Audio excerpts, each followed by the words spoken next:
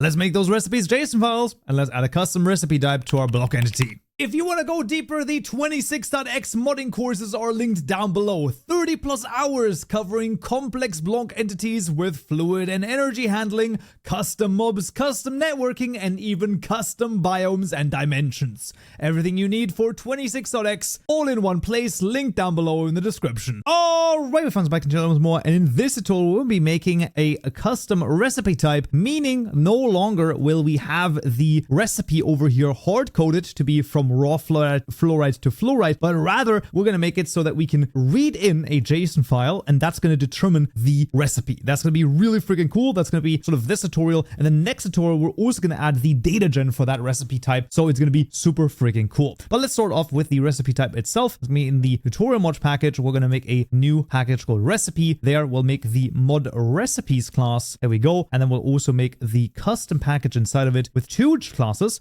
In theory we only need 1, but I'm going to make 2 just so that you have an idea of what you're going to need if you want to make a custom recipe at some point that maybe looks different. So we're going to have the crystallizer recipe class, and we're also going to have the crystallizer recipe input class. So both of those are going to be records. We're going to start with the recipe input because it's very, very easy to understand. So this is going to be a record right here, and it's going to have an item stack input, but no output because it's literally the input. It's going to implement the recipe input interface over here. And let's hover over this to implement the 2 methods right here. In the item, we're just going to return the input, and then the size, well, we have 1 item, so we have a 1 right here. The idea of the recipe input is as follows. This is basically what you pass into the recipe in order for the recipe to determine if the inventory matches with a recipe that is on hand. So let's say we have 5 JSON files, right? And you go through all of those 5 JSON files and determine and look at, okay, is the input that you're giving me right here the same as the input specified in that JSON file? If it is, boom, we have a matching recipe. Therefore, matches method is true. Therefore, we can craft this recipe. That's the, gist of the idea. Now, in this case, we only have 1 input, so we could also use the single recipe input right here. That is a record that we could use, but I wanted to show you that you can implement the recipe input in your own class as well, because it's so freaking easy to do, and it really it's such a non-issue in this case. And I think that it makes sense for you to take a look at this, because let's say, for example, if you have multiple inputs, or maybe you have an integer because you want to also input how much, you need a certain amount of mana, or you need a certain amount of energy, or a certain amount of fluid, or whatever you come up with, then that would be all a part of the crystallizer recipe input. Of course, in this case, then a custom one in that, that you have to do. So while the skeleton of how to register things and how to use them, they're going to stay the same, but very specifics, right? If you have a different type of block entity, of course, the specifics are going to change to your situation. But let's just take it from here and then go to the crystallizer recipe. That's going to be a record as well, which is going to have an ingredient. This is going to be our input item, and it's also going to have an item stack template, which is going to be the output. That's the output right here. This will implement the recipe interface of type crystallizer recipe input. And then we go. Let's hover over this to implement quite a few methods, but do not worry, they're not as crazy as one might think. Let's first of all go to the bottom. We're going to work our way from bottom to top. So the recipe category over here is just recipe book category. So there's the recipe book categories dot. We're going to do crafting miscellaneous. That's going to be fine. You can choose any of them if you want to, but I think crafting miscellaneous makes sense. The placement info is just going to be non-placeable. So there's going to be not placeable. There's going to be 2 deliberate errors here for the recipe serializer and the recipe type, because those 2 are going to be created in the mod recipes class, and we don't have those yet. Then we have the group over here, which is going to be crystallizing, show notification. We're just going to turn that to true. The assemble method, we're going to do an output.create.copy. So we're just going to do that one. And then the most important method, which is the matches method. Here, we're going to say that if we're on the client, so level is client side, we're going to return a false right here. And on this one, very, very straightforward. We're going to say input item dot test, and we're testing that against the input dot get item of 0. Now, what does that mean? Well, let's think about this. The input item and the output right here, these ones, right? So when you make a new record, a new crystallizer recipe, if that is created, right? If a new instance of the crystallizer recipe is created, that means we've just read that in from a JSON file. So basically, we have our 5 JSON files, let's say, and we have 5 different ingredient and output sort of, 2 tuples, let's say, for the sake of argument, like the way to think about it, right? So we put, like, we have 5 different ones available for us. So then we say, hey, we have this input over here. Does it match this particular recipe? No, you put in a raw azurite, or you put in a raw fluorite, and we actually are requiring a stick, right? And then you continue and you go through all of the recipes, and at some point you're like, oh, wait a second, the input item that I have in this particular JSON file that I've read in is the same as my recipe input over here. Boom, those match. That means the match method is true. Boom, we have a recipe and we can proceed. That is how the matches methods work. Of course, if your recipe input has 3 different inputs and your and the class right here, right, the recipe itself has 3 different inputs, you would need to make this, I mean, this would be more complicated, right? It couldn't just be this, because then it would only check for 1 input. Once again, it should be trivial for you at the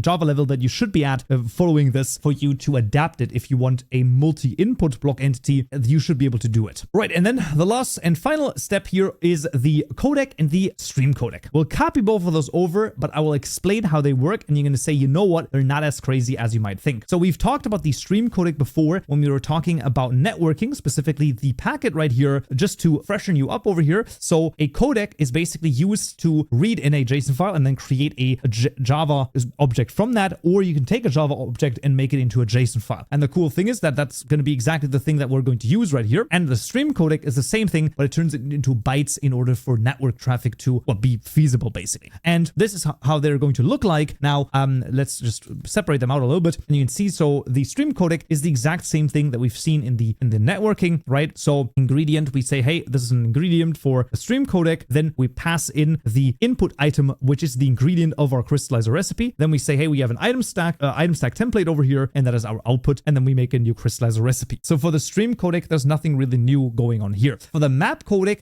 because this is a record, we can use the record codec builder, and this is a map codec. So we're going to use a map codec, basically meaning we're mapping certain fields to certain fields inside of the JSON file, meaning that whatever you put into the name right here, that is going to be the name that is used in the JSON file, right? So this is obviously for reading in and reading or writing out. And then that one gets connected with a particular field over here. As you can see, the ingredient gets put in with the input field, and the result is then paired with the output field. Then we make a new crystallizer recipe, and that's basically how a codec is created over here. Obviously, making your own can be quite complicated, but let's say if I were to tell you, well, now just for the sake of argument, add an integer over here, or it doesn't matter. I mean, add a block position over here for some reason, right? Maybe you want a block position over here. Obviously, you're going to get some errors. What would you need to do? Block pos dot codec, right? Dot field of position. And what is the position? Well, obviously, it's for the getter of crystallizer of pos. Boom. All of a sudden, there we go. We've done it, right? So you can see it just stacks in one after another. So you just have to be aware of what is the type you want to create, which is usually the thing that's like determined right here, right? So the generic type, and then you just have to go through each one of the different fields or of the creator, basically, or of the constructor rather, that you need to get through. With that being done, let's register the recipes over here. That's actually more straightforward than one might think as well. There's a public static void register mod recipes over here. Mod recipes register, of course. And here we're going to call tutorial mod logger info registering mod recipes for tutorial mod.mod ID. Absolutely exactly right. And let's immediately call this as well. It's going to be the mod recipes.register mod recipes. And then to register this, it's going to be a public static final or recipe serializer of type crystallizer recipe. This is going to be our crystallizer underscore recipe. No, it's the crystallizer serializer. There we go. Equal to registry, making sure we choose net Minecraft core. Extremely important that you choose and import the correct class right here. And once you do, you can use the register method with the following. It's going to be built-in registries.recipe serializer, then an identifier from namespace and path tutorial mod.mod ID, and this is going to be crystallizing. There we go. And then the third parameter of the register method is going to be a new recipe serializer, passing in crystallizer recipe.codec, crystallizer recipe.stream codec, and there we go. That's going to be the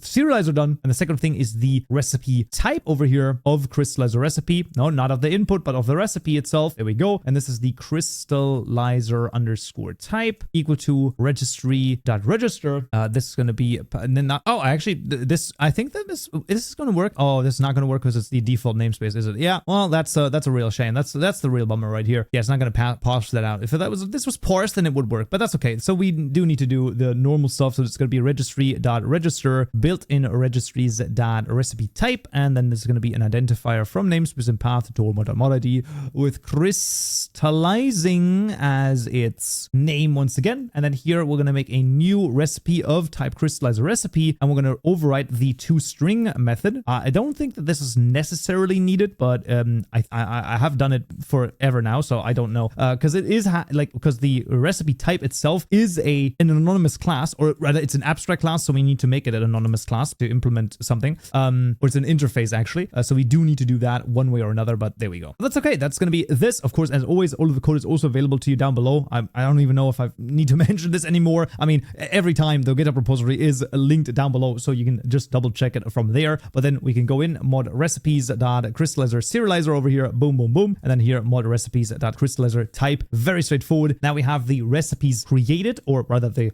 recipe class is created. So all of the recipe stuff is done. The second to last step is now in the block entity. We need to be able to use those recipes. You'll find way more straightforward than we might think as well. So we're going to change the has recipe in a certain way. So the first thing here is going to have an optional of type recipe holder of type crystallizer recipe. This is going to be our recipe. It's going to be equal to the get current recipe method. Doesn't exist yet because we will need this twice. So we'll actually create this over here, and you're going to see the method itself it's like a little bit weird, but it's not actually that crazy. We'll say level.cast, and we need to cast the level over here to a server level. The reason why, number one, we need to do this is because the recipes are only available on the server nowadays. And second, the reason why we can do it is because of the tick method over here. You can see right here, because instead of the crystallizer block, we're not calling the tick method within the client, right? Because the client side over here is null, meaning we don't have a tick method for the client. We only have a tick method for the server, meaning we are 100% on the server. So we can do this for the recipe access, get recipe for mod recipes.crystallizer type, then passing in a new crystallizer recipe input, where we now of course need to supply it the input slot, and then after the second closing parenthesis, the level again, and there we go. So this is where we're basically giving it, the sort of the recipe manager, the recipe access over here. We're saying, hey, this is my input over here for the crystallizer recipe input. Check if we have any matching recipes, and that's